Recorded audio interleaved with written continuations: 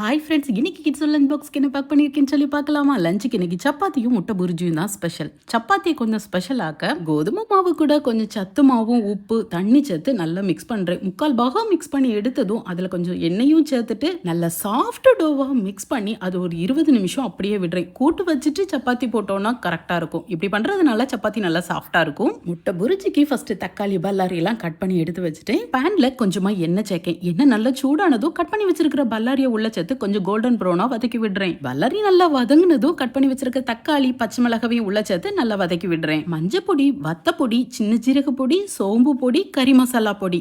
தக்காளி நல்லா வதங்கினதும் எடுத்து வச்ச மசாலாக்களையும் உள்ள சேர்த்துறதே கொஞ்சமா இஞ்சி பூண்டு பேஸ்ட்டும் சேர்த்து பச்சை வாசனை மாற நல்லா வதக்கி விடுறேன். நெக்ஸ்டா முட்டைகளை ஒன்னொன்னா உடைச்சு உள்ள சேர்க்கி தேவையான அளவு உப்பும் சேர்த்துட்டு நல்ல சுருளை கிண்டி எடுக்கேன். இதுல சேர்த்துருக்கிற மசாலாக்குள்ள அளவுகள் எல்லாமே டிஸ்கிரிப்ஷன்லயும் ஸ்கிரீன்லயும் மென்ஷன் பண்ணியிருக்கேன். முட்டை நல்லா குக் ஆகி உதிரி ஆன பிறகு அடுப்பை ஆஃப் பண்ணிட்டு கட் பண்ணி வச்சிருக்கிற மல்லி இலையை உள்ள தூவி 2 பேரை பரட்டினோம். சூப்பரா சிம்பிளா டேஸ்டா முட்டை புரிஜியும் ரெடி. நெக்ஸ்ட் 10 மணி ஸ்நாக்ஸுக்கு நாட்டுக்கோழி முட்டையை அவிச்சு கட் பண்ணி பேக் பண்ண போறேன். முட்டை ஓவர் குக் ஆகாம இருக்கிறதுக்கு இந்த எக் டைமர் ரொம்பவே யூஸ்ஃபுல்லா இருக்கும். மிக்ஸ் பண்ணி வச்சிருக்கிற மாவு நல்ல சாஃப்டா சூப்பரா இருக்கு. இப்ப சப்பாத்தியும் ரெடி பண்ணிடலாம்.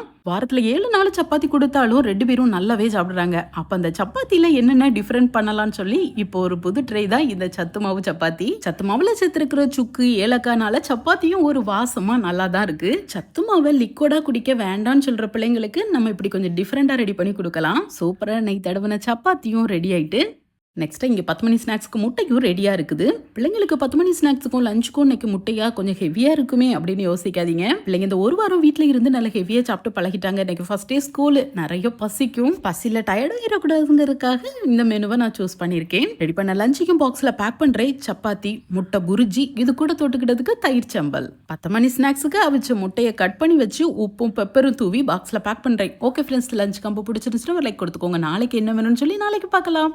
Bye.